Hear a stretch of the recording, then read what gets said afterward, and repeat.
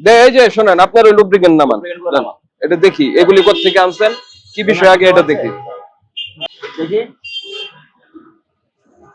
দেখে বাকি বলি আনেন, নামান ওগুলি, যান দেখেন প্রত্যেকটা আনেন। আপনি এটা কোথায় কিনেছেন ভাই আসেন সামনে কথা বলুন। লোক আছে কার কাছ থেকে কিনেছেন? মেমো আছে, কোন ভাষায় লেখা? শেল কোম্পানি অফ থাইল্যান্ড, এটা কি থাইল্যান্ডের? শেল এই প্রোডাক্টটা কি থাইল্যান্ডের? ইন্ডিয়ান হয়, শেল আমাদের ইন্ডিয়ান। এই পাশে থাইল্যান্ডের স্টিকার লাগানো, এবং এটা জাস্ট লাগিয়েছে, এটা অথেন্টিক না। দেখি যে এই যে কালোটা দেখি, এটা আকিজের, এটা তো লেখা হচ্ছে আপনার জার্মানি, এবং জার্মানির একটা প্রোডাক্টের যে কোয়ালিটি, যে ইসের প্রত্যেক পাশের গুলি না নিয়ে, ওই যে ওগুলি কি, ওই যে বোতলের মতো ওগুলি ইসের, হ্যাঁ কন্টেনারের মতো, এগুলি কি, দেখান এটা কি জিনিস? এটা কালকে খায়ে দুটা মাল দিয়ে গেছে স্যাম্পল, আমি এমনি রাখছি আর কি। এটা মানে কি, মানে এটা কি ড্রিঙ্কিং ওয়াটার, না না এনার্জি ড্রিঙ্ক না কি এটা? Engine oil. Engine oil. আচ্ছা ওই পাশের গুলি কি দেখি তো, যেটা কষ্ট করে খুঁজে বের করা লাগছে সেটা হ্যাঁ, ওগুলো একটু নিয়ে আসেন তো। নাম আছে, নাম দিলেই তো হয়।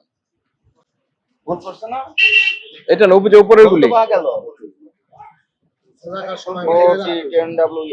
এইগুলো। হ্যাঁ এটা এটা কি জিনিস দেখি,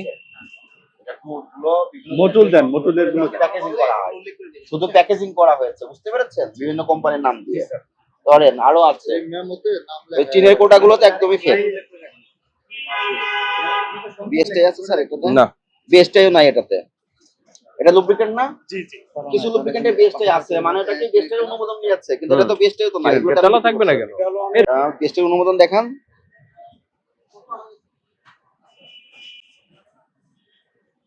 বিএসটাই অনুমোদনও নাই এটাতে। এমআরপি দেওয়া আছে? এমআরপি দেওয়া নাই, খুব কম, সীমিত আকারে এমআরপি তো আইনে আছে, থাকতে হবে। কিছু মোবিলে থাকে। প্যাকেটজাত কলকাতা অবশ্যই এমআরপি থাকতে হবে। এমআরপি নাই কেন?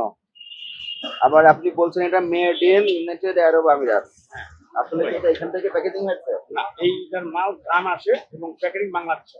বাংলাদেশে। তাহলে বাংলাদেশ লিখতে সমস্যা কি ছিল? মোড়কজাতকারী হিসাবে তাহলে ওখানে আসবে, নাম আসবে।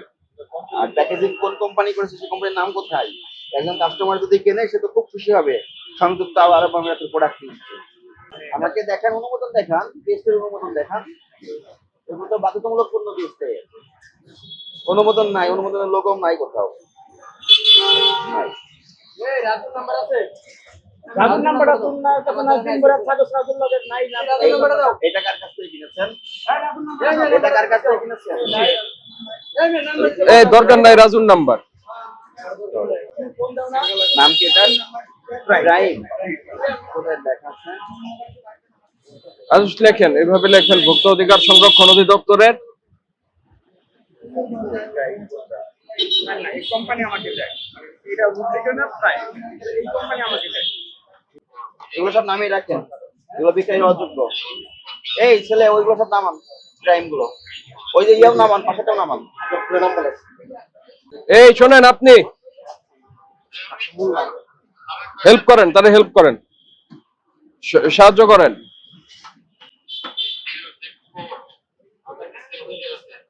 ওইটা একটু দেখি তো।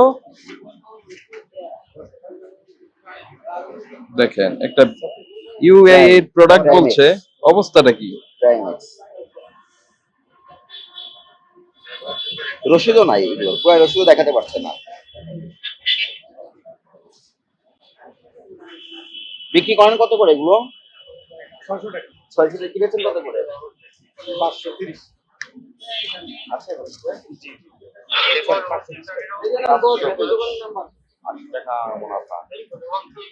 এখানে কতটুকু আছে পরিমাণ? 1 লিটার। 1 লিটার লুব্রিকেন্ট যেটা অরিজিনাল, দাম কত? 1 লিটারের উপরে তো। কত কিলো চালানো যায় এটাতে? যেমন সেমি হলো আপনার, মিনার হলো 650 টাকা। এটা দিয়ে না চালানোই ভালো। যেমন এই যে এটা হলো মোটরসাইকেল আপনার নষ্ট হবে 1200 কিলোমিটার চলে, এটা তো ওর বক্তব্য। না না, এগুলি কত চলে? দেখা আছে কত না? এর কিলোমিটার 15 লেখা থাকে। আপনি 3000 টাকা দিয়ে মোবিল আনেন, ওটাও লেখা উল্লেখ করা নাই এত কিলোমিটার চলে। এটা হলো একটা মার্কেট নির্ভর। এগুলি ডিসিশন কে দেয় যে কত কিলোমিটার চলবে? আপনারা দেন?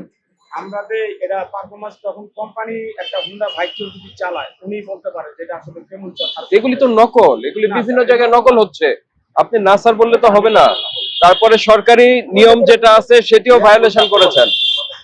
ফোন করে আসতে বলেন, রাখেন। এই ফোন দেন, ফোন দিয়ে আসতে বলেন, ফোন দিয়ে আসতে বলেন, ওই যে কথা বলো না। ফোন দিয়া বলেন। এই যে শোনেন ভাই, যে আমি আপনার পাশের দোকান তো এই জন্য ফোন করলাম, যে ওটা বন্ধ করে যায় আপনার এটা কষ্ট হবে, সাফারিং হবে। এটা যাতে না হয় এসে আপনার বক্তব্যটা দেন, কাগজপত্র দেখান, কোনো ঝামেলা না থাকলে আপনার বিরুদ্ধে কোনো ব্যবস্থা নেওয়া হবে না। সহজ হিসাব। এগুলো নকল স্যার, এইগুলো কিছুদিন আগে দয়াগঞ্জ ধ্বংস করেছি। নকল প্রোডাক্টের জন্য 1 লক্ষ টাকা ফাইন করা যায়। আপনারা যেটা করবেন সেটা হচ্ছে যে বিএসটিআই এর যেটা আপনার লোগো টোগো সহ আছে, তারপরে যার আমদানিকারকের তথ্য আছে সেগুলি আনবেন। সেগুলি নিয়ে আমরা যে ফুললি স্যাটিসফাইড তাও না, কিন্তু আপাতত এটা আপনার উপরে বর্তাবে না, কিন্তু এগুলি সরাসরি আপনার উপরে বর্তাবে। এটার আমদানিকারকেরও কোনো তথ্য নাই, এবং বিএসটিআই থেকে ইঞ্জিন অয়েলটা বিএসটিআই এর বাধ্যতামূলক পণ্য। হ্যাঁ, 315টা যে বাধ্যতামূলক পণ্য আছে এর মধ্যে এটা একটা। তো এটা অবশ্যই বিএসটিআই এর যে লোগো সিল থাকবে যেগুলি, সেগুলি আপনারা সংগ্রহ করবেন, সেগুলি ভোক্তাদেরকে ঠিক দিবেন। আছে। বুঝতে পারছেন? জি স্যার। তো ভবিষ্যতে এই কাজ আর করবেন না। না না স্যার। এটার জন্য কিন্তু আপনার নকল পণ্য বিক্রি, তারপরে আপনার বিএসটিআই এর যে মোড়কজাত পণ্য বিধিমালা আছে সেগুলি লঙ্ঘন, এটার জন্য 1 লক্ষ টাকা পর্যন্ত অর্থদণ্ড হতে পারে। আমরা আপনাকে আজকে সতর্ক করে 5000 টাকা ফাইন করছি। আমার একটু ভুল হয়ে গেছে, আমার রোহিত স্যারের নাম্বারটা হ্যাঁ, ওর নাম্বার কোনো সমস্যা না। অরিজিনাল বাজাজের জেনুইন পার্ট, সত্যি কথা বলবেন। জি এটা অরিজিনাল। আমদানিকারকের স্টিকার কোথায়, এমআরপি কোথায়?